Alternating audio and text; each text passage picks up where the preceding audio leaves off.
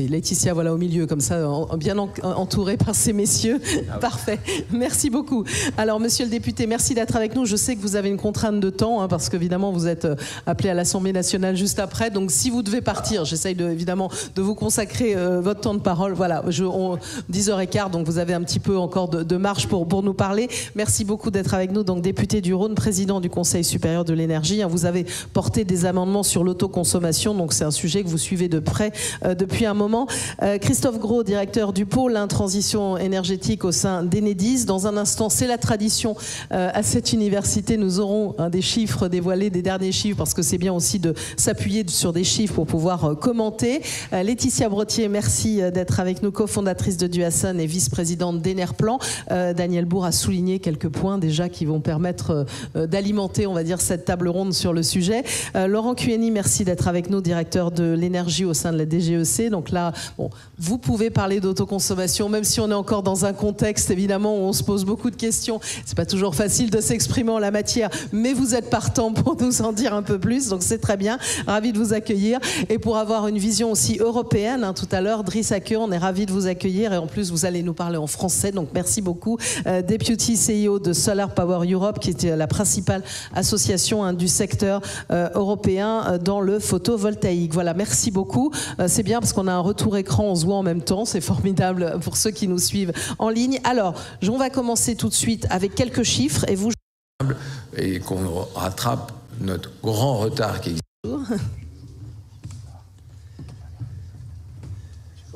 Voilà, je vous en prie. Laetitia, voilà au milieu, comme ça, bien entourée par ces messieurs. Ah oui. Parfait. Merci beaucoup.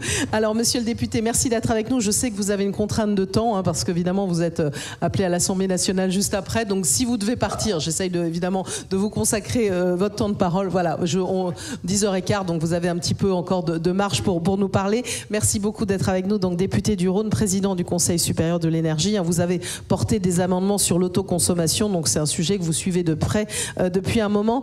Christophe Gros, directeur du pôle transition énergétique au sein d'Enedis. Dans un instant, c'est la tradition à cette université. Nous aurons des chiffres dévoilés, des derniers chiffres, parce que c'est bien aussi de s'appuyer sur des chiffres pour pouvoir commenter. Laetitia Brottier, merci d'être avec nous, cofondatrice de Duason et vice-présidente d'Enerplan.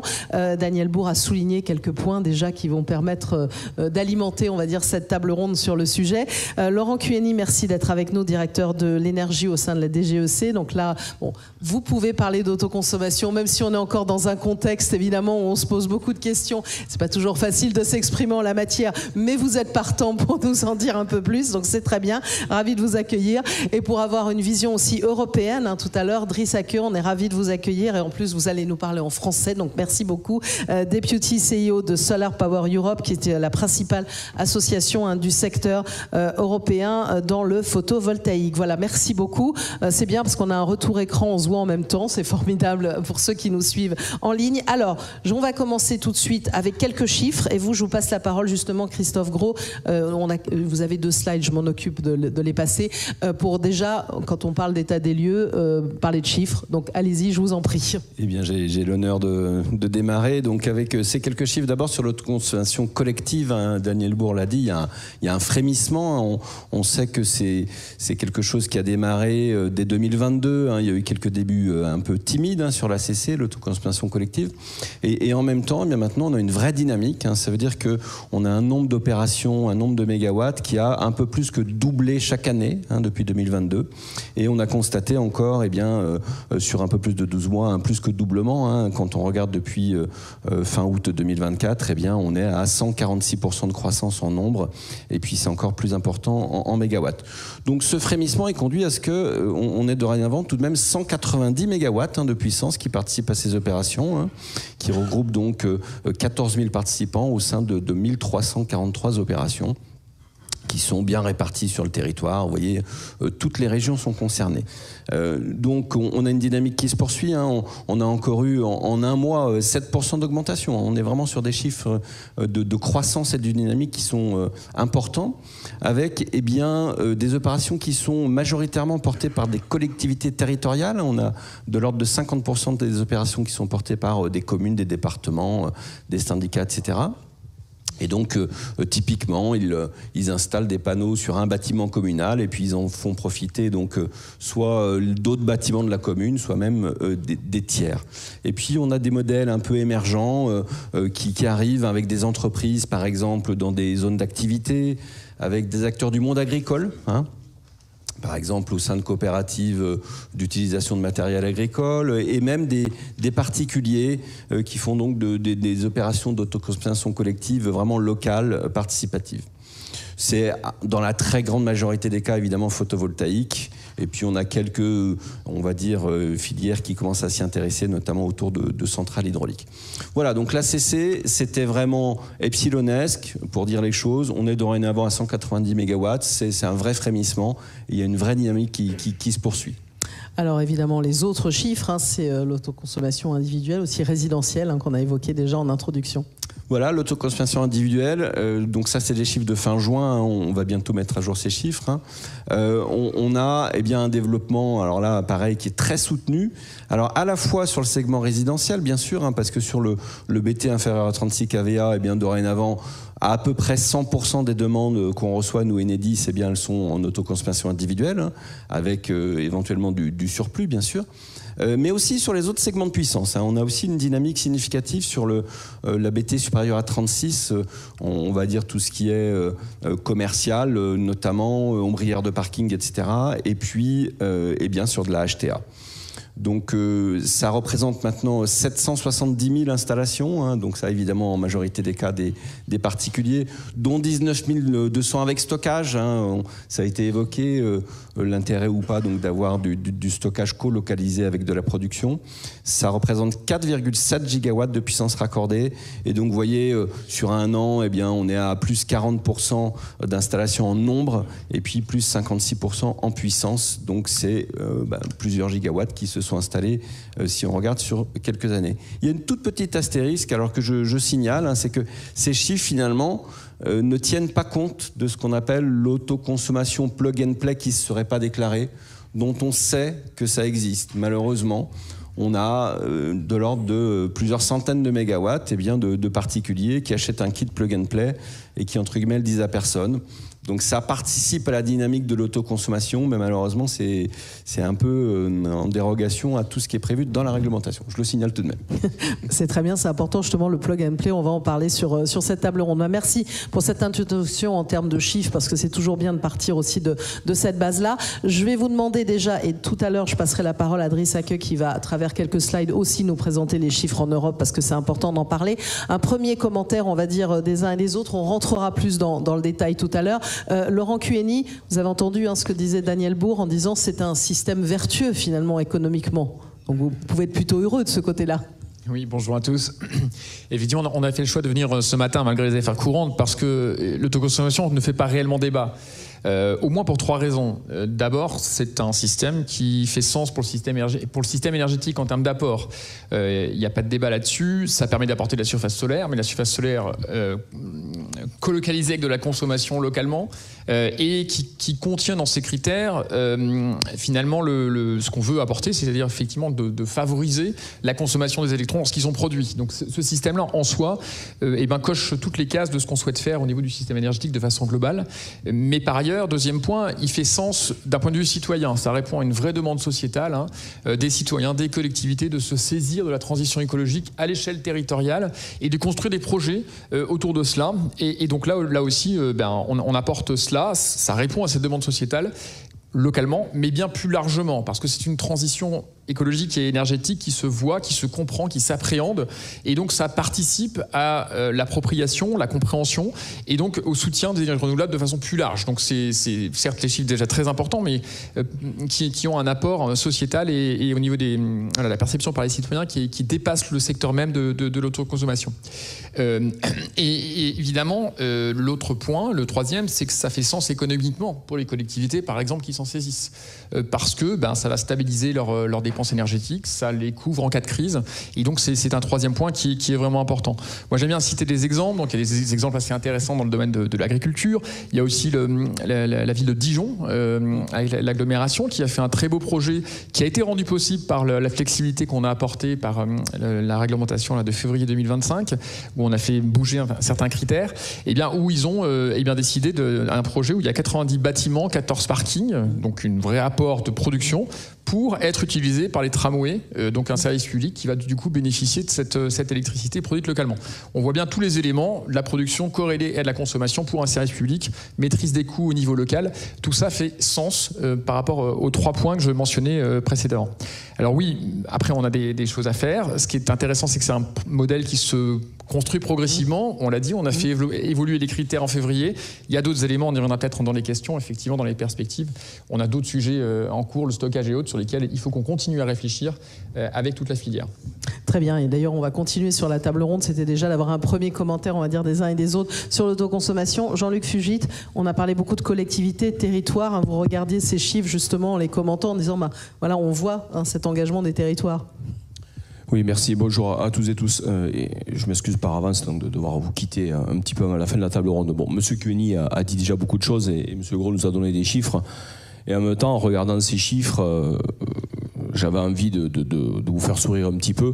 Je voyais ces chiffres qui étaient ceux de juin, avec cette histoire de plus 40% donc d'installation, plus 56 si je me souviens bien de puissance, etc. mégawatts. Je trouve que c'est super parce que ces chiffres-là, c'est au mois de juin, donc c'est au même moment où l'Assemblée nationale a voté un moratoire sur le développement des énergies renouvelables. C'est assez extraordinaire. On a eu la deuxième lame 15 jours après avec une tribune de ministres importants en disant qu'il faut arrêter d'aider, etc., les énergies renouvelables. Parce qu'il faut le dire, ça aussi, M. Cueny, on a quand même quelques soucis. C'est qu'on a des représentants des citoyens qui nous disent aujourd'hui il faut arrêter. Donc voilà. Et il faut bien vous dire aussi... Il y a même eu la rumeur là, que dans la PPE, on allait revenir sur un moratoire. Mais c'était une rumeur. Il faut se méfier des rumeurs. On alimente beaucoup de choses. Voilà, exactement. Ouh là là, oui. Et moi, je me souviens au mois de juin, avoir inauguré donc à la fois des ombrières, un nouveau petit centre commercial dans une commune rurale de ma circonscription, avec une partie donc d'autoconsommation collective, etc., en présence d'élus qui, c'était 3 jours après ce jeudi après-midi noir à l'Assemblée nationale, parce que moi je l'appelle comme ça, et où certains élus locaux me disaient mais je ne comprends pas ce qui s'est passé, etc. Et quand je leur faisais remarquer leur cousinage politique avec ceux qui avaient fait ça, ils me disaient mais c'est scandaleux, c'est pas possible. Donc ça veut dire quoi? Ça veut dire que, vous l'avez dit les uns et les autres, dans les territoires, eh bien, on a identifié ce qui fonctionne, ce qui peut permettre d'avancer sur donc, notre transition énergétique. Et moi, là où je crois que c'est extrêmement important l'autoconsommation, et M. Cueny l'a un petit peu évoqué, il l'a dit beaucoup mieux que moi, c'est qu'en gros, ça va aussi aider nos concitoyens à aller vers la démarche de s'engager pour les énergies renouvelables. Je vais essayer de dire les choses différemment. Bien souvent aujourd'hui, si vous me permettez d'élargir un petit peu les choses, au-delà de tout ce qui est photovoltaïque, on a une question, alors pas dans cette salle, j'imagine bien, je parle qu'à des gens qui connaissent ce sujet 100 fois mieux que moi, mais on a pas mal de nos concitoyens qui sont soumis, y compris à une certaine pression médiatique, puisqu'on a des unes de journaux avec 300 milliards, votre facture d'électricité va doubler à cause du développement des énergies renouvelables, etc., etc. On a ça, c'est repris par des chaînes d'information continue. Donc vous savez, celles qui disent tout va mal pour tout le monde, partout et tout le temps. Donc voilà, etc., etc. Tout ça, c'est quand même... Nos concitoyens sont soumis à ça, il faut quand même l'entendre. Eh bien... ils sont soumis à des difficultés de compréhension de qu'est-ce que peuvent apporter d'une manière générale les énergies renouvelables.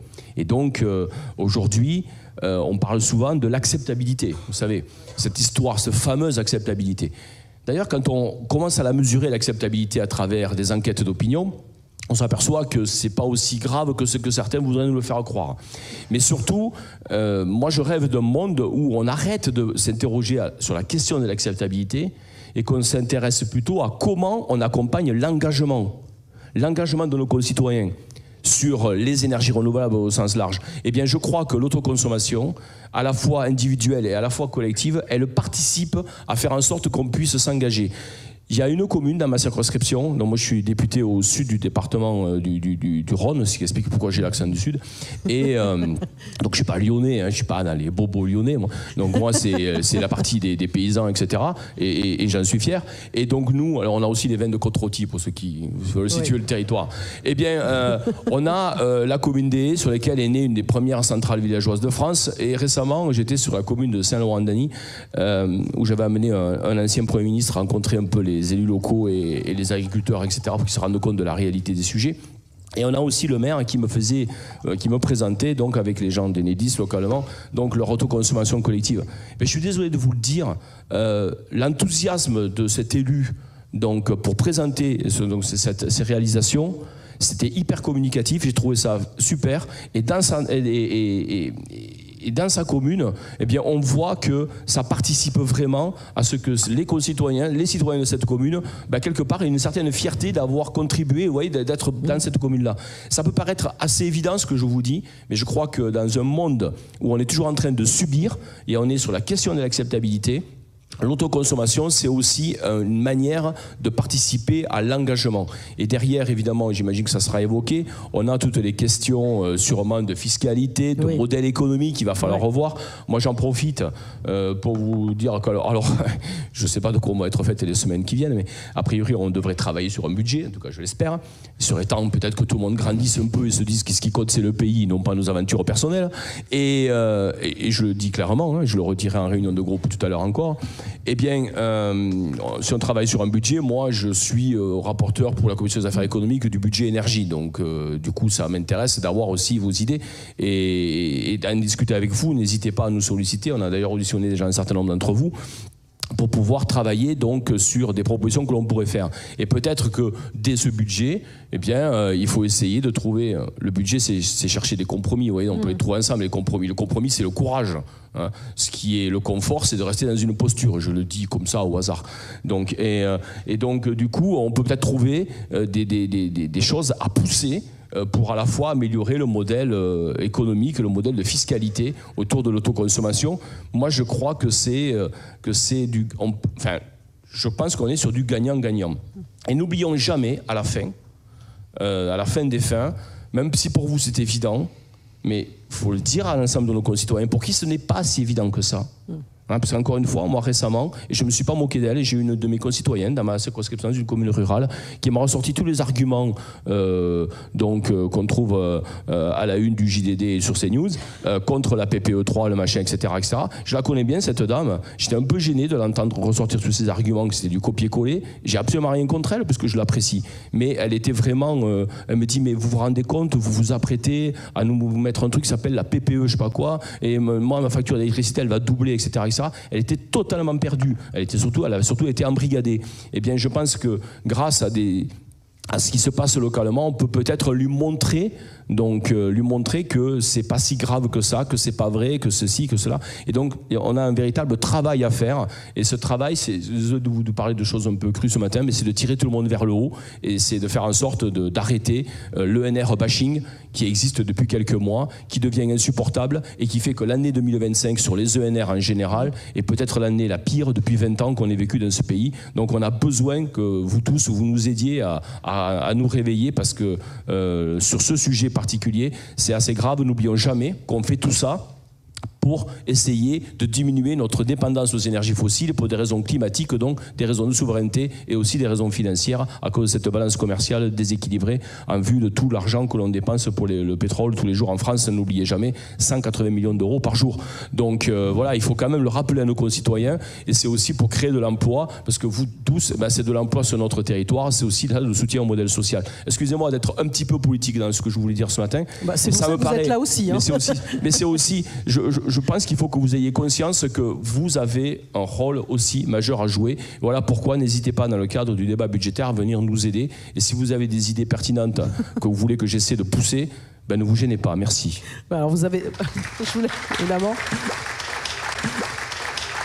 C'est très bien parce que vous avez commencé à aborder la deuxième partie de la table ronde sur le modèle d'affaires. Mais je sais que c'est très bien comme ça, vous avez tout dit. Si jamais vous devez partir, je vous taquine, vous avez encore un petit peu de temps. Alors, Laetitia Brottier, avant qu'on passe évidemment à l'Europe et qu'on ait un zoom, un premier commentaire.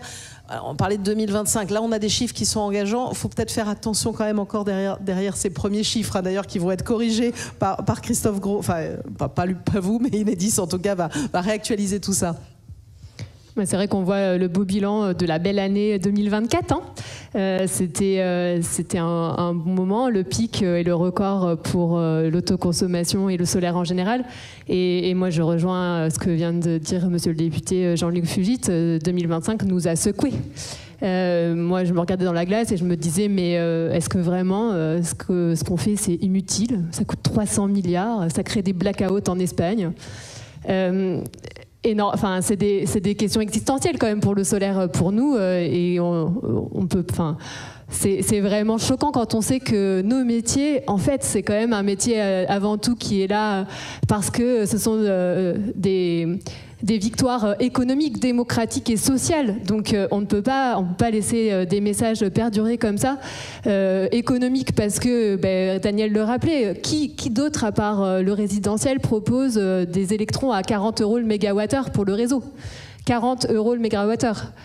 Il n'y a que le solaire en autoconsommation résidentielle pour faire ça. Et même si on voit les appels d'offres, 80-90 € le mégawattheure, honnêtement, c'est des coûts qui intègrent le coût de la dette, qui intègrent le coût du raccordement, parce que quoi qu'on en dise, en réalité, même en coût complet, le raccordement, c'est pas plus de 10% de nos projets.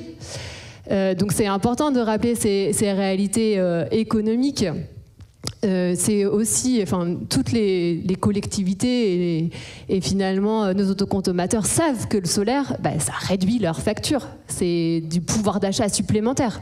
C'est évident pour tous ceux qui le testent. Mais alors, ce qu'on sait un peu moins, c'est que finalement, c'est aussi du bénéfice pour tous ceux qui n'autoconsomment pas. Pourquoi ?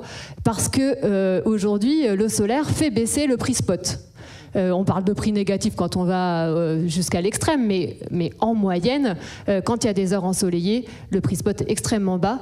Il faut savoir que cette baisse du prix spot a redonné en équivalent pour nos consommateurs d'électricité, donc là je parle de tout un chacun et des entreprises, 3,4 milliards d'euros d'économie grâce à cette réduction du prix spot. C'est un prix qui est quand même important, donc on parle des fois de milliards, mais donnons les bons milliards, ceux qui sont réels et qui concernent directement le solaire. Donc cet aspect économique est clé. J'ajouterais qu'on a aussi une vraie dimension démocratique qui a été rappelée. 89% des Français adorent le solaire, aiment le solaire, veulent du solaire, et ça a été massif au moment où on a eu cette crainte d'avoir un moratoire. Les députés qui sont connectés à leur territoire le savent, et on a pu avoir ce rejet fort de 377 voix contre 142 de moratoire sur le solaire au mois de juin, qui a été rappelé, et donc c'est important d'être connecté finalement à cette volonté démocratique, parce que c'est quand même ça aussi le solaire. Il y a aussi une dimension sociale et c'est important de rappeler que nos entreprises, nous avons multiplié par 4 nos emplois en 3 ans. On est quand même une filière extrêmement dynamique, 60 000 emplois pour la France. Nous avons payé nos cotisations sociales, nos cotisations patronales, des impôts au titre des entreprises, et tout ça c'est de la valeur pour la France. 14 milliards d'euros dans le PIB supplémentaire, c'est pas rien, et grâce à tous finalement vos projets et votre dynamique, on a pu créer une vraie appétence pour avoir de nouveau de la production solaire photovoltaïque par les gigafactories. Ce sont des projets qui se sont créés grâce à votre travail sur le marché et cette dynamique importante. Donc voilà, c'est vrai qu'on a eu vraiment une année 2025 marquée par du bashing, je vous rejoins entièrement. Nous ne laisserons pas faire. C'est vrai qu'avoir un débat qui est pris finalement pour avoir de la lumière sur de la polémique aux dépens des faits, c'est pas bon pour nous et c'est pas quelque chose qu'on veut durablement. Il faut reprendre vraiment solide sur la vision et redonner au solaire tout ce que c'est, de l'indépendance pour la France. Nous n'avons pas de pétrole, nous avons du soleil, des économies pour tous nos citoyens et évidemment un espoir d'atteindre la neutralité carbone en 2050. C'est important à rappeler et à préciser, Laetitia Brottier. Donc, puisqu'on parlait d'Europe, on va élargir avec Driss Akeu. Quelqu'un me disait, il n'y a pas longtemps, je préparais un autre événement, qu'on met autant d'argent en important du gaz de Russie que l'argent que l'on fourni à l'Ukraine pour se battre face à la Russie. Il y a aussi des paradoxes dans cette histoire-là, voilà, si je puis dire. Alors, Driss Akeu, je vous passe la parole pour que vous puissiez dire aussi comment ça se passe en Europe, et après on reviendra avec vous tous aussi sur les enjeux de modèles d'affaires et les différents points qui ont été évoqués. On reviendra sur la TVA à 5,5, le plug and play aussi, ce point-là, la question du stockage aussi, les heures pleines, heures creuses aussi, ça avance aussi sur ces sujets-là, mais allez-y, je vous en prie, j'ai la petite manette en main, donc je vous laisse nous en dire plus sur ces chiffres. Merci beaucoup Nathalie et bonjour tout le monde. Clairement, le français n'est pas ma langue maternelle, alors merci pour me donner un peu d'espace là. Mais bon, alors je suis Driss de Solar Power Europe. Enerplan est un de nos membres nationaux.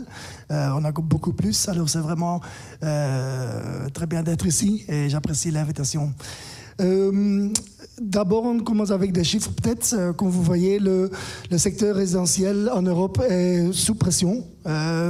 On a vu des belles années de croissance historique, presque, en solaire, vous savez certainement. Mais les dernières années, et certainement cette année, on voit quand même une déclination, stagnation en général, mais une déclination sur le secteur solaire sur les toits et certainement résidentiel. Et ça a causé un peu une stagnation du secteur solaire en général. Les causes pour ça, d'abord vraiment certainement la normalisation, on peut dire, des prix d'électricité après la crise énergétique aiguë. Et on a bien en parlé, c'est un peu un paradoxe parce que bien sûr la croissance des résidentiels était aussi inspirée par les gens, les résidentiels qui veulent être protégés contre les autres prises d'électricité. Alors c'est un paradoxe que maintenant que la crise aiguë, la crise pertinente est un peu derrière nous, plus ou moins, qu'il y a moins de soutien pour les résidentiels. En fait, ce serait un bon moment maintenant d'investir pour se protéger pour le prochain crise énergétique qui certainement va venir. Alors, mais quand même, c'est ça la réalité. Bien sûr, prochain slide, s'il vous plaît. Si j'arrive, voilà. Merci. Bien sûr, la situation n'est pas la même chose dans tous les pays. Il y a des bonnes différences. Et ce qu'on peut voir, que la France, en fait, c'est un des pays qui reste assez fort dans le secteur résidentiel. On peut quand même voir que c'est aussi une stagnation là-bas, alors on ne peut pas être que content avec ça. Mais comparé avec d'autres pays, l'Allemagne, l'Italie, clairement il y avait des grands déclins à cause des changements sur le soutien, la politique soutien en ce cas-là. Mais aussi en France, je pense qu'il y a beaucoup plus de potentiel, je suis sûr que vous êtes d'accord avec moi. Alors ces chiffres ne sont pas quelque chose qu'on peut être content avec.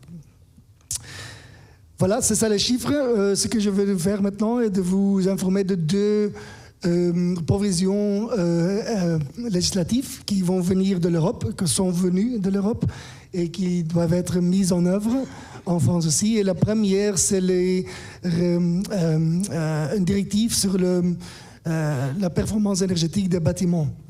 Maintenant, il y a un standard, un mandate sur le solaire sur les toits qui est dedans.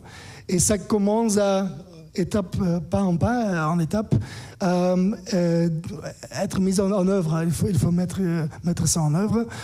Chaque an, ça devient un peu plus strict, disons.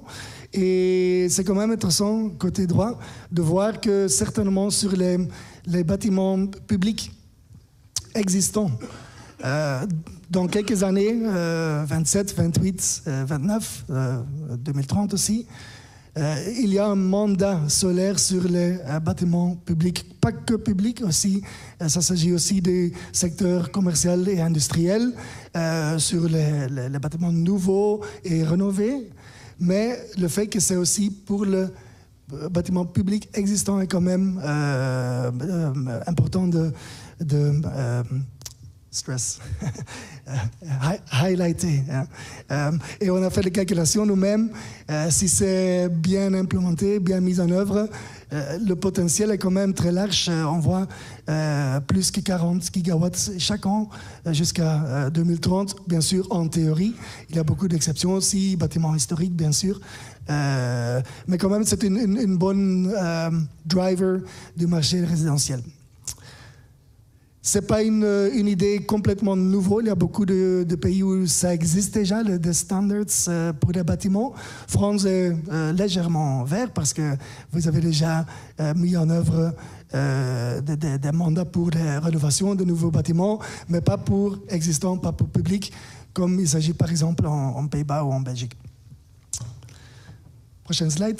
Il y a aussi une deuxième provision législative de l'Europe qui est en fait ensemble avec le premier, peuvent avoir une belle dynamique ensemble.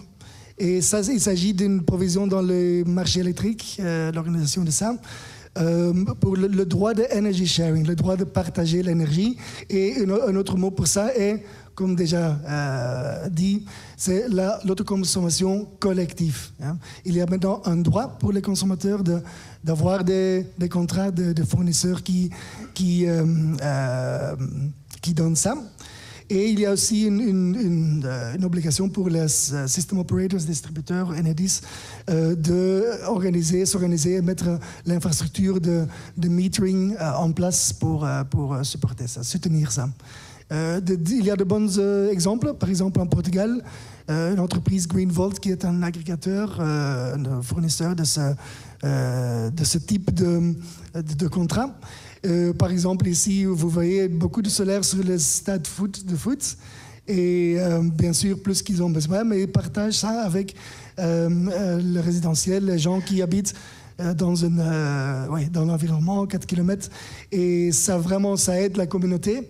Et ça aide aussi de baisser la prise d'électricité pour les gens qui habitent là. C'est un bon exemple. Et de nouveau, avec la combinaison avec le mandat sur les bâtiments publics, vous voyez déjà une dynamisme dans les zones urbaines qui peuvent être extrêmement démocratiques, sociales, bonnes pour la société, de partager cette énergie sur les toits des bâtiments publics. Prochaine slide. Ça aussi, ce n'est pas une idée totalement nouvelle. Ici aussi, on était très généreux avec la France de mettre la couleur vert là, parce qu'il y a déjà le framework pour ce type de contrat. Il y a la possibilité, mais il y a les limitations sur le géographique avec les substations, 5, et aussi des capacités 3 MW. Et par exemple, comparé avec le Portugal, ce n'est pas le cas, c'est plus ouverte. Il n'y a pas de limitation de géographie que le réseau, ce qui est possible. Et tous les acteurs, toutes les capacités peuvent s'organiser. Et c'est quand même important parce que sans limite de capacité, les plus grands toits, les plus grandes zones géographiques peuvent aussi participer dans le energy sharing. Et c'est pour la complémentarité de profils d'électricité entre résidentiels, households et secteur commercial ou public où les gens vont travailler. Alors ça, c'est très complémentaire. Alors on dirait qu'il y a encore d'espace pour improvements en France aussi. Et voilà, je pense que c'est le dernier slide. Exactement. Okay. Non, j'en ai encore une, vous voyez. Voilà, merci beaucoup. Yeah. Oui, celle-là, oui, c'est vrai, c'est un point intéressant. Elle est importante, elle va permettre de faire réagir aussi les uns et les autres, c'est ce que me disait Jean-Luc Fugit. Vous pourrez évidemment commenter, mais c'est bien aussi de replacer, on va dire, l'Europe au milieu de tous ces enjeux européens avec votre présentation. Alors, on a parlé de l'autoconsommation, on a vu évidemment la dynamique, les enjeux que ça pouvait représenter. Évidemment, j'allais dire, on veut toujours plus et aller plus loin, c'est un peu aussi ces enjeux-là. Christophe Gros, pour commenter aussi tout ce qui a été dit depuis le début, et puis on va dire basculer vers comment avancer sur le modèle d'affaires, Daniel Bourg en parlait aussi, de le lier à la question du stockage. Il faut aussi, finalement, face à la production, il faut de la consommation. Il y a tous ces enjeux-là. Il y a aussi les enjeux qui commencent à monter en puissance, et notamment avec la crue. Aujourd'hui, on ne l'aura pas ici sur scène, mais sur les questions d'heures pleines, heures creuses. Donc, un premier commentaire aussi sur l'évolution impossible au-delà de l'état des lieux de ces modèles d'affaires. Eh bien, premier commentaire, c'est qu'on aurait pu se dire qu'on avait un enjeu maintenant de passage à l'échelle, mais ça y est, on est à l'échelle. Donc l'enjeu qu'on a maintenant, ça va être de tenir le rythme, de tenir la dynamique, et derrière ça, il y a plusieurs composantes. La première chose qui se pose vis-à-vis de nous sur tenir cette dynamique, ça va être de continuer à simplifier nos processus, sur l'accueil puisque maintenant on est sur un marché de masse. Mais disons, le deuxième enjeu, et justement ça me permet de commenter la carte, ça va être tout le sujet du traitement des données. Et là-dessus, disons-nous quand même que, on a rendu possible en France des choses qui ne sont pas possibles dans d'autres pays. Donc on est quand même plutôt en avance. Ne faisons pas du French bashing. On a vu qu'on était vert et qu'on était parmi les seuls à être vert.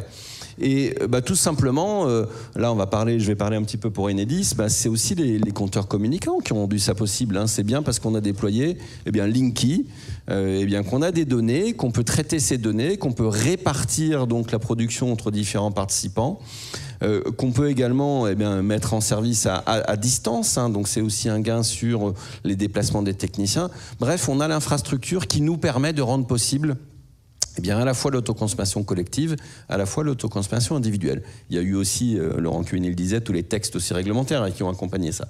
Donc je pense qu'on peut être fier de se dire qu'on a été plutôt à la pointe, et que si je vois le texte européen qui est en train d'être façonné, je vois un peu une recopie de ce qui a été fait en France en partie. Donc voilà, premier commentaire que je voulais faire, c'est que on a collectivement rendu possible ça plutôt en avance par rapport à d'autres pays. Maintenant, le deuxième commentaire que je voulais faire aussi, c'est que tenir ce rythme, ça pose des défis vis-à-vis du réseau. Je vais rebondir aussi sur ce qu'a dit Laurent Cuini. C'est vrai que on peut se dire que ça coche des cases, le fait d'avoir de l'autoconsommation ou de l'autoproduction. Mais alors la question qu'on doit se poser, c'est est-ce que l'autoconsommation, ça engendre plus de besoins de réseau, moins de besoins de réseau ou autant?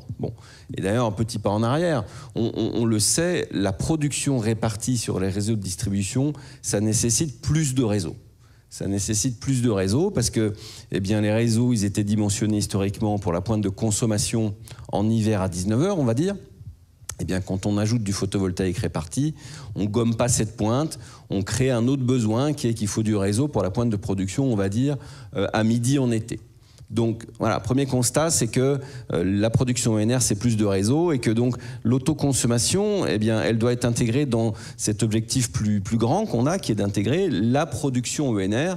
Là-dessus, il y a des débats sur la PPE, ça je ne vais pas les commenter, mais ce que je peux juste te dire, c'est qu'on est passé de 2 gigawatts d'ENR raccordés en 2019 ou 2020, on a fait 5 gigawatts 5 l'année dernière, on va probablement faire 6 gigawatts cette année, c'est quand même des chiffres qui sont assez considérables, et puis on a même 28 gigawatts de projets en développement qui se sont fait connaître auprès de nous. Ça veut dire qu'on a déjà dans les tuyaux le point de passage de la PPE sur le photovoltaïque de 2030, où on en est très proche, quoi. Donc voilà, donc on a ce défi global de l'accueil des ENR. Ça veut dire c'est des investissements qu'on conduit évidemment conjointement avec RTE. C'est des infrastructures qui sont assez lourdes, c'est les postes sources notamment, et des lignes de transport. C'est donc des milliards d'euros qu'on mobilise, c'est des recrutements, c'est des formations, c'est une filière industrielle aussi qu'on mobilise, c'est des usines qui ont été construites en France finalement pour fournir les postes par exemple de transformation de HTA vers basse tension. On en mettait en service 6 000 chaque année. Historiquement, on est de l'ordre de 15 ou 20 000 maintenant chaque année. Donc ça veut dire qu'il y a des usines qui ont été construites pour répondre à la demande. Donc on a globalement cet enjeu côté Enedis de l'accueil de la production ENR, parce que plus de production ENR, disons, c'est plus de réseau. Mais alors, revenons justement à la question. Est-ce que l'autoconsommation ou l'autoproduction, c'est peut-être plus efficace, plus sobre vis-à-vis du réseau que de la production pure? La réponse à cette question, c'est ça dépend. Parce que ça dépend du consommateur, ça dépend du fait que le consommateur va, oui ou non, déplacer ses usages. Si le consommateur ne fait que installer un panneau photovoltaïque, eh bien on va rester sur le paradigme que j'ai signalé, qui est qu'on doit faire face, vu du réseau, à une pointe de consommation en hiver à 19h et une pointe de production en été à midi. Donc l'enjeu de l'autoconsommation pour nous, c'est est-ce que les autoconsommateurs vont déplacer leur consommation. C'est un enjeu d'ailleurs qui est finalement plus vaste que l'autoconsommation. Oui, c'est ça. Parce que vous avez introduit avec cette question sur les heures pleines heures creuses, finalement vis-à-vis du système électrique, on a intérêt à ce que les consommateurs consomment en été, à midi. Ça va être bon pour le système, ça va être bon pour les consommateurs. Vous l'avez dit aussi, ils vont pouvoir bénéficier de prix moins chers. Donc tout le monde a intérêt à ce qu'on ait de la consommation en été à midi. Et donc Enedis on s'y emploie, avec évidemment aux côtés ou impulsé par la Creux, sur le déplacement des heures pleines heures creuses pour faire en sorte que en été, il y ait des consommateurs qui aient des heures creuses, on va dire à midi, c'est-à-dire entre 11h et 16h ou entre 11h et 17h. Ça va contribuer justement à avoir de la demande en face de cette offre photovoltaïque. Maintenant, l'enjeu pour les autoconsommateurs, c'est qu'ils fassent même mieux que ça. Si les autoconsommateurs font mieux que les consommateurs qui vont déplacer leur consommation en heures creuses, on aura gagné. Après, on va pouvoir reparler éventuellement de stockage colocalisé, mais déjà, vraiment, on a un gros enjeu. Est-ce que les autoconsommateurs vont déplacer leur consommation ? Ça nous permettra vraiment d'avoir des investissements en réseau qui vont être, entre guillemets, sobres. Parce que, quand on rajoute 3 kVA chez un particulier sur la boucle très locale, sur le branchement, ça ne change rien. Mais fois 770 000, ça représente des gigawatts, ça représente des postes sources, ça représente des liaisons de transport. Donc vraiment, on doit mettre tout en œuvre pour que on soit le plus sobre possible sur ces investissements.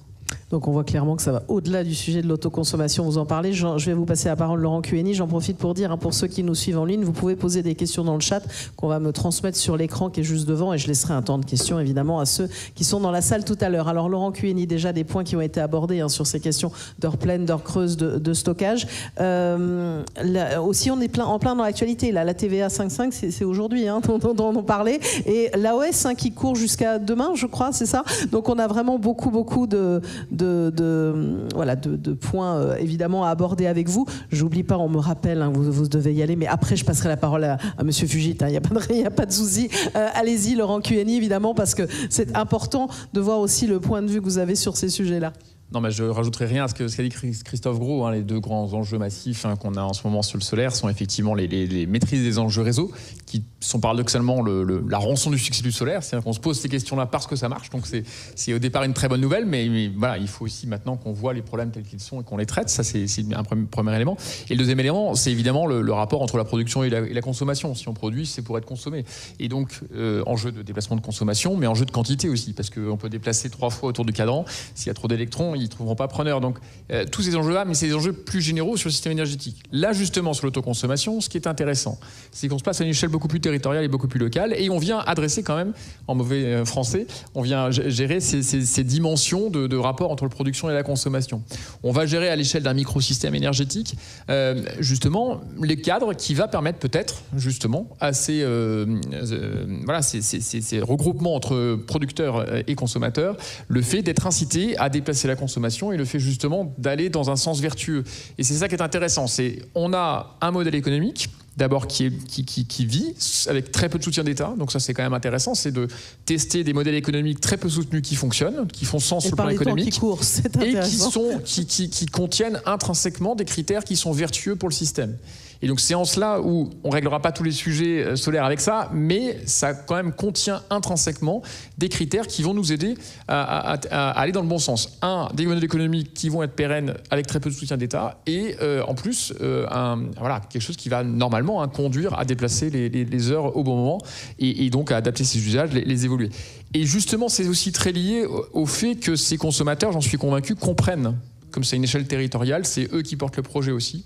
Et donc, ils sont non seulement intéressés par plein de critères, on va pas rentrer dans les détails, mais effectivement, le baisse des tarifs d'achat et autres, il y a plein d'éléments qui vont faire que normalement, ils sont très incités économiquement à aller dans le bon sens.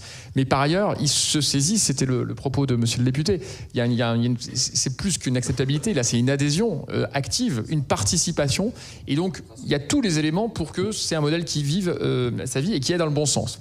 Et ce que j'aime bien dans ce modèle-là, c'est que c'est pas très français, et pourtant on voit qu'on est plutôt en avance en Europe, c'est qu'on essaie de créer les conditions dans lesquelles ce modèle économique va se développer, en ne préjugeant pas tout à fait de ce qui va devenir. Et on réglemente petit à petit.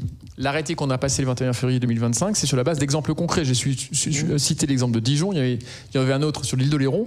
Par rapport au projet qui n'était pas possible dans la réglementation avant, on s'est dit ça, par rapport à ce qu'on veut, d'un point de vue système énergétique, ce serait quand même bizarre que ce soit pas possible. On a fait évoluer la réglementation comme ça. Donc, ça veut dire, évidemment, sans, vous disiez, avec le minimum de soutien, entre guillemets, de l'État, mais qui a besoin quand même d'un accompagnement, évidemment, de l'État et d'une réglementation qui s'adapte. Sur ce que ça permet de faire et sur ce que ça ne permet pas de faire. Il y a quand même des règles, il faut le réglementer. Il y a quand même la notion de fourniture d'électricité, c'est de la vente directe d'électricité. C'est un problème de cohérence de droit. Je sais que ça pose des difficultés, mais c'est une vraie question de cohérence de droit. On est conscient que pour les petites opérations, c'est compliqué. Il faut qu'on allège ce système d'autorisation fournisseur. Voilà. Il faut qu'on accepte que le système n'est pas parfait tout de suite, mais qu'il a des vertus et que donc par rapport aux vertus qu'il apporte versus les petits défauts qu'on peut constater, eh bien on réglemente petit à petit. Et je crois que pour l'avenir de l'énergie en France, c'est fondamental. Il faut qu'on accepte vraiment de procéder par itération. Alors, on parle souvent de méthode agile dans d'autres secteurs. C'est vraiment cette méthode agile pour faire évoluer le système, parce que tout est compliqué, mais c'est vraiment par la pratique et la valorisation des projets vertueux qu'on va réussir à réglementer de façon intéressante. Donc oui, il y a ce sujet des autorisations fournisseurs. On est conscient de la complexité. Il faut qu'on travaille avec tout le monde pour que ce soit vivable. Et il y a vraiment des solutions pour ça. Donc je ne suis pas très inquiet. On va trouver ça. Exemple de cet élément sur les fournisseurs, c'est qu'il y a des pratiques pas vertueuses sur les arbitrages. C'est juste que je regarde l'heure parce qu'on a commencé légèrement en décalage et Monsieur Fugit a une compte. Alors soit si vous en avez pour une minute. Juste un exemple. C'est juste voilà. Mais après vous pourrez prendre la parole. Je ne veux pas vous interrompre. On a constaté. Je regarde le temps. Certains producteurs sur des opérations un peu importantes d'autoconsommation, eh bien font un arbitrage sur le marché de l'électricité. Le problème, c'est qu'ils font après la fermeture des cours. Donc il n'y a aucun risque. Ils décident entre la répartition sur leurs différents consommateurs, mais surtout entre ce qu'ils autoconsomment et ce qu'ils font acheter par les fournisseurs de compléments à leurs participants. Et donc, du coup, c'est un arbitrage de pur trading. Et on s'écarte complètement de la situation de vertu d'autoconsommation. Donc, il y a un principe, je crois, qui est partagé complètement avec la filière. Il faut qu'on inscrive ce principe de maximiser l'autoconsommation par rapport à la consommation réelle des participants. C'est un principe évident. Voilà, il faut qu'on arrive à l'inscrire dans la réglementation sans que ça crée des problèmes réglementaires et autres. Donc, c'est ce qu'on va faire. Et c'est ce que je disais, c'est que ce problème étant posé, on va le traiter. Et petit à petit, on règle les problèmes et surtout, on permet aux projets vertueux de se faire. Voilà, je ne voulais pas vous interrompre et vous pourrez continuer à réagir. Mais comme je sais qu'il y a Monsieur Fugit, vous devez partir à l'Assemblée nationale, je vous laisse évidemment commenter tout ça et allez-y. Je vais faire court. Déjà, je vais dire une chose, je le pense sincèrement, on a la chance d'avoir Laurent Cueny à la DGEC. Je pense que vous en avez conscience ce matin. Non, mais je ne dis pas ça pour... voilà, je le dis parce que là aussi, parfois, il existe, y compris à l'Assemblée nationale, du bashing vis-à-vis des fonctionnaires, des GEC, etc. J'ai entendu des choses terribles hier de manière générale. Quand on a des compétences telles que celles qu'on a à la DGEC qui sont bien incarnées ce matin par M. Cueny, je pense qu'aussi on pourra aussi de temps en temps être fier de ça. Je le pense très sincèrement. Après, moi, je trouve qu'on a vu aussi par rapport à ce qui se passe au niveau européen, et Christophe Gros l'a très bien rappelé, on n'est pas non plus largué, donc on fait des choses très intéressantes dans notre pays, ça c'est très bien. En revanche, moi, ce que je me dis, et c'est là où j'aurais besoin nous avons besoin, mais moi, comme je m'y intéresse beaucoup à ces sujets de vous tous, c'est de nous aider, et la DGEC vient de le dire ici à travers M. Cueny, c'est qu'est-ce qu'on peut encore améliorer dans le système. Et il y a sûrement, en termes de simplification, il y a le modèle économique, mais il y a aussi les histoires de simplification. Est-ce qu'il faudra revenir sur cette histoire des 2 km pour l'autoconsommation collective, etc. Est-ce qu'il faut l'assouplir, et si oui, comment ? Parce que c'est pas parce qu'on a fait quelque chose à un moment donné qu'il faut s'interdire de le faire évoluer. Peut-être qu'il faut qu'on le regarde ça tranquillement. Parce que si on veut aller plus loin, si on veut faire plus efficace, ça me paraît extrêmement important. Moi, je voulais faire une remarque plus générale sur l'histoire de l'offre et de la demande sur les énergies renouvelables. Je vous le lance un peu comme ça. Vous l'avez évoqué, M. Cueny, vous l'avez tous un peu dit. Évidemment que si on produit, on a envie que ce soit consommé. Et là aussi, il ne faut pas que les arguments soient retournés dans l'autre sens. C'est une réflexion plus générale par rapport à cette année de l'ENR bashing. Et ça, c'est un point qui m'a beaucoup, moi, choqué. C'est quand il a été mis en avant que, par exemple, si je prends l'année 2024, d'une manière générale, en 2024, on a produit il y a 89 TWh d'électricité donc, qui a été produit avec notre système, notre mix à la fois et ENR et nucléaire. Et vous savez sûrement que moi, je défends à la fois les deux. Hein. J'ai été le rapporteur de la loi sur la sûreté nucléaire, donc j'ai absolument rien contre le nucléaire, mais moi ce qui m'intéresse c'est le combat contre les fossiles. Et c'est de sortir du débat stérile entre le nucléaire et le renouvelable qui n'a aucun sens. Il n'y a pas de solution unique, il est temps de se dire que le seul objectif c'est sortir des fossiles. Bon bref. Et l'année dernière, donc, on a vendu pour 89 TWh à nos voisins donc d'électricité renouvelable parce qu'on n'avait pas la capacité de la consommer chez nous. Et pour ça, il faut qu'on travaille l'électrification, les usages, etc. C'est très bien. Et là-dessus, si vous avez des idées à nous soumettre pour le budget, ne vous inquiétez pas, on essaiera d'en porter. Moi, en tout cas, j'en porterai déjà. Mais ce que je veux dire, c'est que malgré tout, même ces histoires des 89 TWh, il faut arrêter de le voir comme quelque chose de négatif. Parce que non seulement, ça a fait rentrer quelques finances dans les caisses de l'État, ben oui, il faut se le rappeler, mais surtout, ça a permis aussi de décarboner une partie de l'énergie utilisée chez nos pays voisins.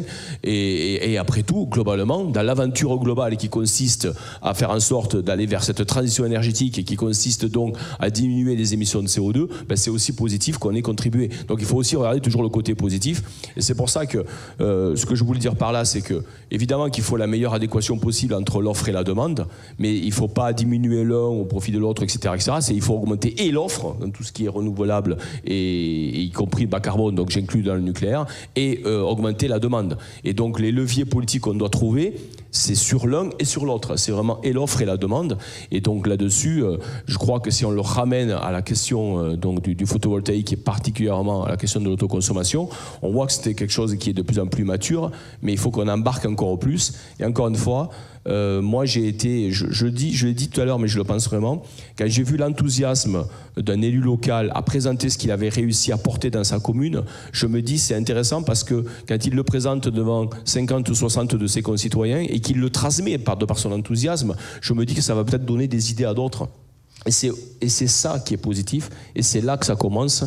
Et c'est surtout pas sur les plateaux de certaines chaînes d'information continue qu'il faut construire la transition énergétique, c'est bien dans les territoires. Et quand on dit, ça peut paraître bateau comme phrase, qu'il n'y a pas de transition énergétique sans territoire, ben évidemment c'est une évidence, c'est les grandes discussions qu'on peut avoir ici à la capitale, c'est une chose, mais c'est bien dans nos territoires concrètement qu'on doit mettre en place dans toutes les conditions. Et c'est la raison pour laquelle, moi je pense qu'il faut que l'on examine tranquillement toutes les réglementations et peut-être les freins, et puis sûrement faire évoluer, parce qu'à un moment donné, oui, on a figé tel ou tel dispositif, et peut-être qu'à un moment donné, il va falloir les faire évoluer, aussi parce que des technologies évoluent, des modèles économiques évoluent, et c'est ce que nous, on doit chercher à faire. Les élus, notre seul rôle à nous, c'est d'essayer d'accompagner les transitions, et surtout pas les freiner. Donc voilà ce que je voulais vous dire. Je vais rejoindre maintenant mon groupe politique parce qu'il faut aussi qu'on essaye de trouver des solutions pour les jours qui viennent. Merci à vous, à bientôt. Merci beaucoup à vous en tout cas pour votre intervention. Et on l'a entendu, hein, de toute façon, aussi dans le cadre du PLF, hein, vous êtes ouvert à toutes les suggestions au-delà de la TVA, donc qui entrent en vigueur aujourd'hui. Et ce sont des points. Merci à vous en tout cas d'être intervenu. J'ai réussi à respecter un petit peu le temps pour votre intervention. Laetitia Brottier, donc commentez évidemment tout ce qui a été dit, ce qui a été ouvert, hein, largement, parce que aussi ça va permettre de porter la filière, évidemment, ça c'est important. L'actualité, j'en parlais, hein, TVA aujourd'hui, on a l'AOS qui court jusqu'à demain, on a beaucoup de sujets, heure pleine, heure creuse aussi, qui va ouvrir aussi les discussions sur au-delà de l'autoconsommation. Juste parce qu'on parlait de PLF, juste il y a quand même déjà 2 mesures qui sont à l'œuvre, donc la TVA réduite depuis aujourd'hui. Alors forcément, si vous êtes en train de faire les devis, vous aussi vous posez peut-être quelques questions. Quelle est la mention? Quel justificatif je garde? Est-ce que mon boîtier de pilotage il va passer? Bon, alors toutes ces questions sont en travail côté des GEC, on me l'a confirmé. Donc on aura certainement très rapidement des réponses. En tout cas, ça y est, c'est parti. 1er octobre, c'est aujourd'hui. On a aussi la question de l'exonération de taxes assises, hein, qui avait été votée l'année dernière pour l'autoconsommation collective, sur laquelle on a eu quand même la surprise d'avoir un BOFIP le 25 mai qui embrouillait complètement la loi. Donc là, on est en train de mener un contentieux avec le syndicat pour que ça soit éclairci et qu'on revienne à ce qui a été voté au niveau de la loi, c'est-à-dire une exonération de taxe assise pour l'autoconsommation collective de moins de 1 MW, qui est un point important pour nous. On est revenu, parce qu'on parle d'autoconsommation collective, j'aurais quand même salué en fait. Préciser ce que c'est que BOFIP. Voilà. Ah, qu'est-ce qu'un BOFIP? Pardon, c'est donc l'explicitation administrative par Bercy, donc la partie fiscale, de comment il faut interpréter la loi. Donc un bulletin officiel des finances publiques pour l'acronyme. Au niveau de l'autoconsommation collective, je crois qu'on peut se réjouir. Hein. Je vous rappelle qu'il y a encore en 2015, on parlait d'en aval du même poste source. Maintenant, on a quand même beaucoup plus de terrain de jeu, 2 kilomètres certes en milieu urbain, mais jusqu'à 20 en milieu rural. Alors peut-être que la partie de dérogation qui est automatique maintenant quand il y a des pompiers pourrait être automatique pour les autres projets aussi. Hein. Pourquoi est-ce qu'on passe par une demande plutôt qu'avoir de l'automaticité en fonction de la localisation? Ça reste un point. Mais c'est vrai qu'on est passé maintenant jusqu'à 10 MW si on est dans le cadre d'une collectivité, dès lors que tous les autoconsommateurs ont bien une mission de service public. Ça, c'est quand même beaucoup plus grand. On parlait d'autorisation de fourniture à l'instant. Hein, c'est un problème pour nous, en tout cas quand on est un bailleur social, un particulier ou même une collectivité, hein, d'avoir une autorisation de fourniture pour des toutes petites installations de moins de 100 kg. Est-ce que ça a vraiment un sens? Donc ça, c'est un point à se poser. Et puis sur l'autoconsommation collective, toujours, voilà, on a finalement des avancées et qu'il faut quand même saluer le fait qu'on ait doublé le cumul d'autoconsommation collective en 1 an. Ça va très très vite. Et on parlait d'AOS. Donc l'AOS, on a la première session de souscription depuis le 22 septembre jusqu'à demain. Et on sent vraiment un frémissement de projets en autoconsommation parce que c'est évident, on est sur de plus en plus des contrats privés. On voit bien que la finance publique, ça atteint un peu ses limites. Donc on est sur des projets de plus en plus en autoconsommation, en PPA, peut-être un jour en lien avec les appels d'offres, qui sait. Mais en tout cas, c'est une dynamique importante qui se passe et qui est à saluer. Vous parlez d'heures pleines, je crois que c'est important parce qu'on a parlé de réseau aussi tout à l'heure. Donc c'est évidemment une bonne nouvelle que tout le monde puisse bénéficier d'heures creuses au moment où on a une abondance solaire. Néanmoins, ça quand même pose des questions sur l'autoconsommation parce que du coup, finalement, les électrons qu'on génère ont moins de valeur. Enfin, en tout cas, ils économisent moins d'argent. Donc, est-ce que, ça met en plein ce qui est en train d'essayer de développer finalement les installateurs au quotidien, la question de la pilotabilité des usages, la question de la batterie, bien sûr. Et voilà, toute cette notion d'électrification, je pense qu'il faut quand même se rappeler, parce que j'ai entendu encore le mot est-ce qu'on n'aurait pas trop d'électrons? Moi, ça m'irrite un peu toujours parce que on parle de quand, puisque moi je me rappelle encore en 2022 quand on est venu nous voir au secours, il y a une corrosion sous contrainte, il n'y a pas d'hydraulique cette année, vous ne pouvez pas produire 10 fois plus. Bah non, on ne pouvait pas à l'époque. Donc ça, il faut quand même remettre dans le contexte. Et puis je rappelle encore que RTE nous redit, nous on a 21 gigawatts de consommation dans le pipe. Donc on parle du pipe de production, c'est bien, mais il y a du pipe aussi de consommation et de grands équipements électriques qu'ils pourraient avoir. Ils ne sont peut-être pas à 100% réels dans les années qui viennent, mais c'est du pipe à moins de 2030. Donc c'est important de voir aussi qu'on va vers une électrification et que l'électrification, elle est désirable à partir du moment où on ne paye pas des prix exorbitants pour son électricité. C'est sûr que quand on a du solaire, plutôt que payer même les heures creuses, on va faire de la consommation gratuite parce qu'une fois qu'elle est installée, l'équipement, c'est gratuit. Donc pourquoi on ne chargerait pas notre voiture au moment où ça ne coûte rien? Pourquoi on n'aurait pas un petit peu de climatisation particulièrement au moment où ça ne coûte rien? Donc il y a aussi des nouveaux usages qui arrivent. Donc est-ce que trop d'électrons, ce n'est pas juste une manière de dire que vous n'avez aucune vision? Donc c'est un point important aussi à souligner sur ces points-là. Donc voilà, c'est encore beaucoup de choses à faire, mais on va dans le bon sens, j'espère. Et en tout cas, on s'adapte. On a une filière qui est aussi très dynamique et on l'a dit, donc on continuera. Alors, je vais passer la parole dans un instant à Driss Akeu pour qu'il puisse commenter, mais j'ai encore une question à vous poser sur un sujet, le plug and play, puisque vous y avez fait allusion en introduction, justement, Christophe Gros, en disant on ne peut pas, évidemment, totalement mesurer tout ça. La question du plug and play, peut-être en France, on a besoin d'avancer là-dessus, peut-être par rapport à nos voisins européens. Alors, c'est une question à part entière. En fait, le plug and play, on avait eu l'année dernière une petite surprise sur la NFC 1500 qui avait écrit on ne veut pas de générateurs directement dans les prises, des générateurs d'électricité. Donc on s'est posé la question, est-ce que le plug and play est concerné ? Bon, honnêtement, juridiquement, c'est pas sûr, puisque en fait, c'est quand même un équipement mobile déplaçable qu'on peut brancher, débrancher, donc pas vraiment sûr que ça rentre dans la 1500, mais pour autant, ça pose quand même une question de mentalité. Pourquoi en France, on veut bloquer la première porte de l'autoconsommation qui donne une première envie pour faire plus grand, pour participer à quelque chose de plus large, une autoconsommation collective ou avoir une autoconsommation de plus grande ampleur sur son toit, alors que c'est complètement banalisé dans les autres pays. Et d'ailleurs, j'ai été très surprise de voir que les représentants de la France, en l'occurrence c'est une personne de chez Schneider Electric, avait voté contre le développement du plug and play dans une norme chapeau à la NFC 1500 au niveau IEC, donc une norme internationale. Donc ça, je comprends pas d'où ça vient. Évidemment, ça veut pas dire qu'on fait n'importe quoi en plug and play. On a un guide qu'on avait créé avec l'ADEME et des sachants électriques pour avoir tous les éléments de sécurité sur ce plug and play. Donc on peut faire du plug and play sécurisé. Ça fait maintenant plusieurs gigawatts qui ont été installés en Allemagne. Personne n'a brûlé, personne ne s'est électrocuté, sinon ça fait longtemps qu'ils auraient arrêté. Du coup, c'est un premier pas. Je ne dis pas que c'est la panacée qu'il faut que ça, mais je ne comprends pas d'avoir une telle réticence au plug and play en France. Très bien. Alors peut-être un commentaire justement sur ce point-là, le plug and play, puisque là on parle de la France, mais ce qui se passe en Europe, peut-être un commentaire global sur ce que vous avez entendu. Et après, je laisserai quand même la place aux questions, parce que finalement on s'est légèrement décalé d'une dizaine de minutes, mais il faut quand même laisser ce temps-là. Allez-y, Driss Akeu. Non, sur le plug and play, exactement. Ce qui se passe en Allemagne est quand même incroyable. Hein. On le voit aussi quand on va en Allemagne. Les maisons multifamiliales, ils ont le plug and play, ils ont le solaire balcon.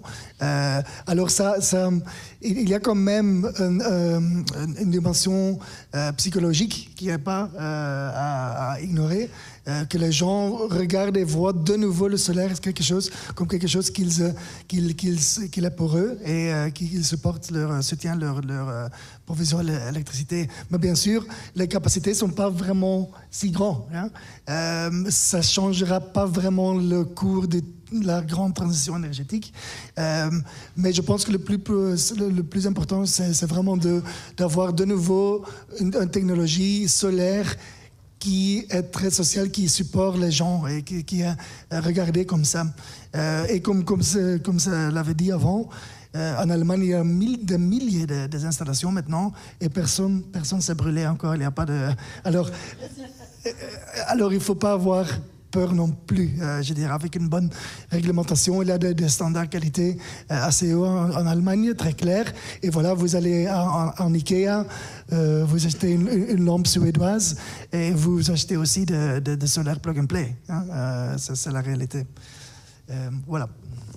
Très bien. Est-ce qu'il y a des questions ? On va vous passer un micro, évidemment, dans la salle à poser à nos intervenants. Je n'en ai pas vu s'afficher en ligne. Il ne fallait pas hésiter à les poser en tout cas.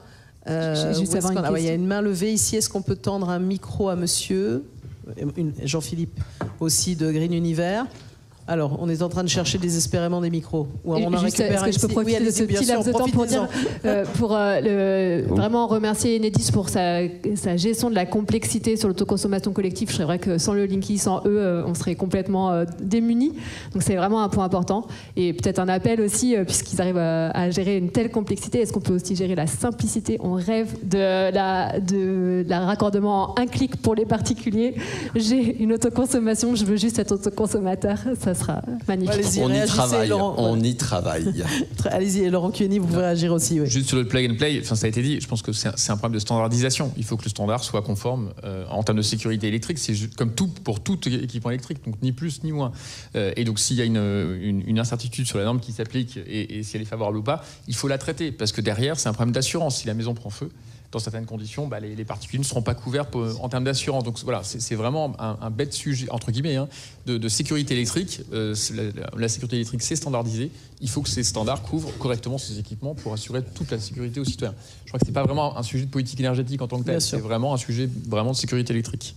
Très bien. Alors, à qui a-t-on donné un micro déjà? Voilà, allez-y. J'ai eu droit à un micro, donc je démarre. Bonjour Gérald, Société Courbe. On est tiers investisseur. Ma question n'a rien à voir.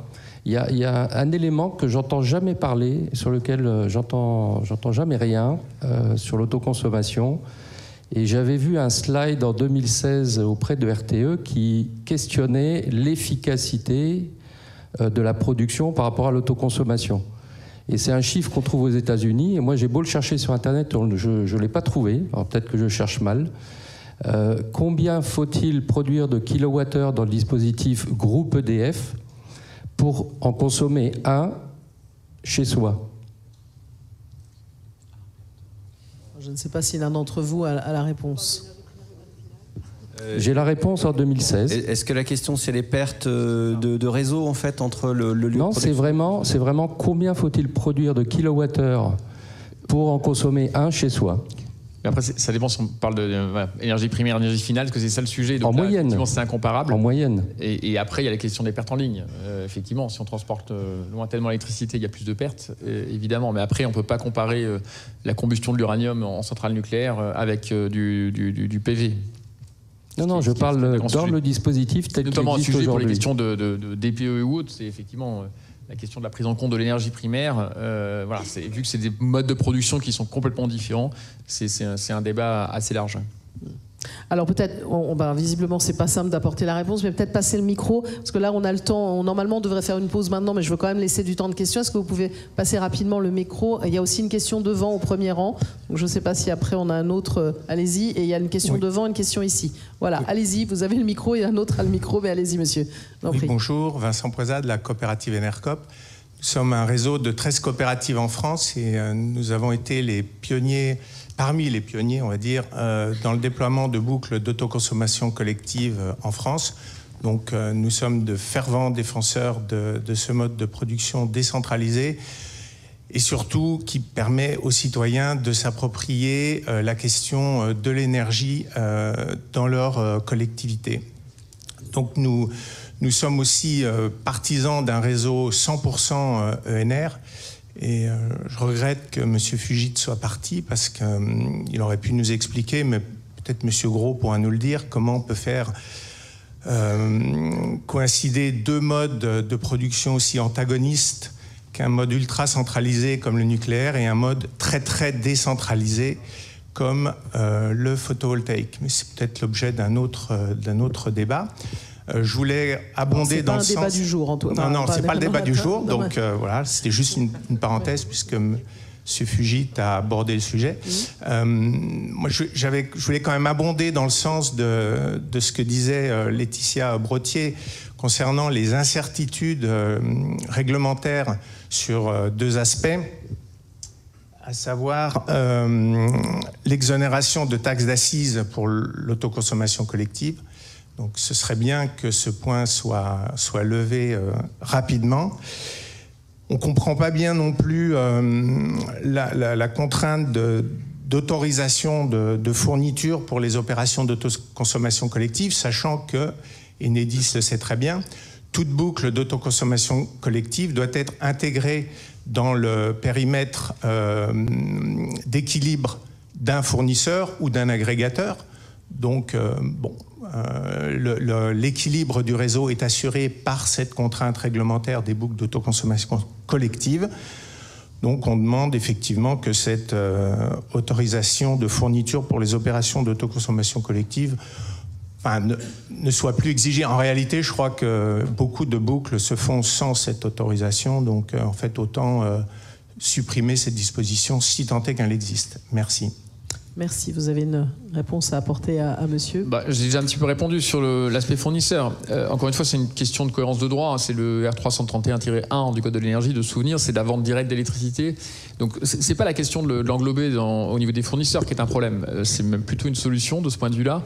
En revanche, c'est quelles exigences on demande pour donner cette autorisation de fournisseur.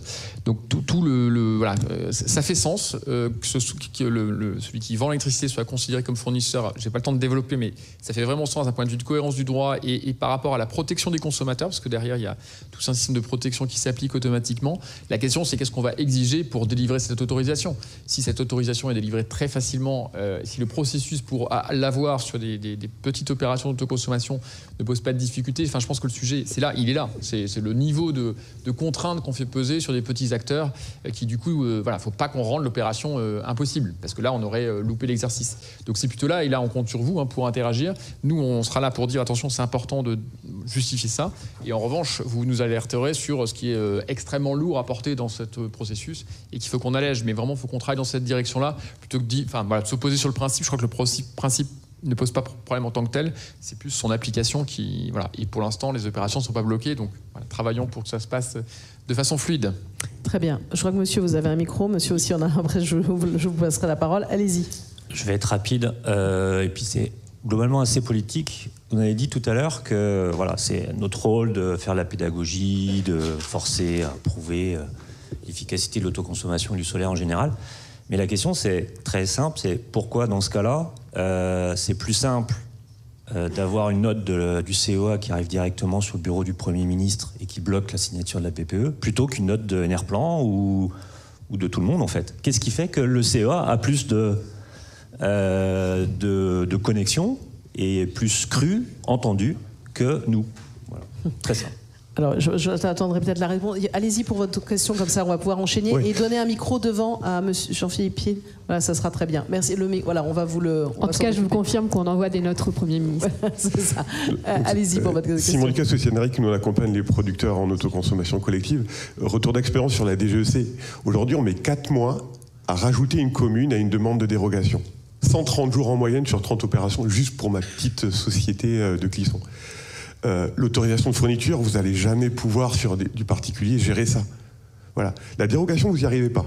Et vos équipes sont top, hein. C'est pas une critique sur vos équipes, super actives. Ils peuvent même plus répondre à nos questions parce que ils sont submergés de travail. Il y a une plateforme qui a été mise en place, mais elle est pour les demandes initiales, pas pour les demandes modificatives. Donc aujourd'hui, on sent bien que la réglementation, elle a ses contraintes, mais c'est pas grave.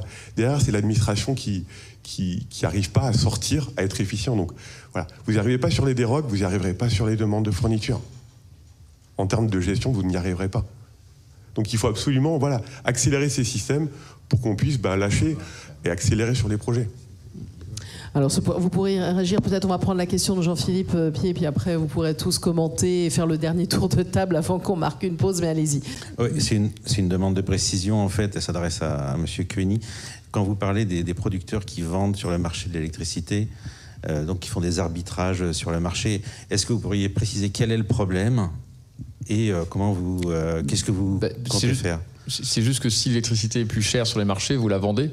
Et donc c'est fournisseur. Après, chaque consommateur doit s'approvisionner. C'est l'arbitrage entre ce qui est autoconsommé, donc par rapport aux différents consommateurs. Donc il répartit l'autoconsommation entre les. Ça c'est normal, mais il peut aussi arbitrer entre ce qui est revendu à l'extérieur. Et donc il choisit de revendre à l'extérieur quand l'électricité est très élevée pour faire de l'argent, plutôt que de l'autoconsommer en la distribuant aux consommateurs qui sont dans le périmètre. Donc voilà, c'est une partie qui est par essence pas du tout vertueuse. Ça fait pas débat. Voilà, il faut qu'on le réglemente. C'était juste pour donner un exemple qui fait aussi écho à cette notion de fournisseur. Hein. C'est-à-dire que c'est quelqu'un qui a des responsabilités. Il faut qu'on encadre ses responsabilités et le cadre des fournisseurs ne pourra adapter. Je donne le point à monsieur. Je suis un fervent partisan de l'impact, la réflexion sur l'impact de l'administration. Et le réalisme par rapport aux moyens qui sont ceux que la collectivité nous donne. Hein. Il faut qu'on fasse des systèmes qui sont contrôlables et qui du coup ne se règlent pas par des files d'attente qui du coup en fait vont à l'encontre de l'objectif de contrôle. Je suis entièrement convaincu de ça. On est 3 fois plus petit que 2 fois et demi plus petit que l'Office fédéral de l'énergie suisse pour un périmètre un tout petit peu plus large. Donc oui, il y a une réalité qui est devant nous. Soyez en passant, je pense que cette réalité ne va pas s'améliorer dans les années qui viennent, donc il va falloir qu'on soit encore plus performant et encore plus vraiment concentré construit sur l'impact en termes de processus. Mais encore une fois, mettre en place essayer d'avoir une cohérence dans la définition et l'application du droit, c'est pas incompatible avec ce que vous dites. C'est-à-dire qu'après, oui, si on met 4 mois pour une dérogation, c'est que le système fonctionne pas bien. Et donc, il faut qu'on le traite avec vous. Est-ce que vous voulez l'un et l'autre ajouter quelque chose? Tout a été dit. Laetitia? Peut-être juste sur la partie, parce qu'il y avait un tiers investisseur qui parlait tout à l'heure, on n'a pas réglé encore vraiment cette question du tiers investissement sur l'autoconsommation individuelle. Donc ça reste encore un sujet de simplification. C'est toujours de faire porter aux locataires tout ce qui est contrat de raccordement et contrat de surplus, alors que c'est le tiers investisseur qui investit. C'est pas l'optimal pour lancer des projets et avoir des tiers investisseurs intéressés, donc ça reste un point important. Et sinon, sur la partie autoconsommation collective, comme on le dit, c'est vrai que la question des clés de répartition devrait être travaillée, non pas parce que philosophiquement on n'est pas d'accord, je pense qu'on est complètement en accord avec la DGEC pour dire qu'il faut maximiser l'autoconsommation, mais encore faut-il l'écrire concrètement. Très bien, merci beaucoup en tout cas à tous les quatre pour avoir participé à cette première table ronde. On peut vous applaudir, merci beaucoup.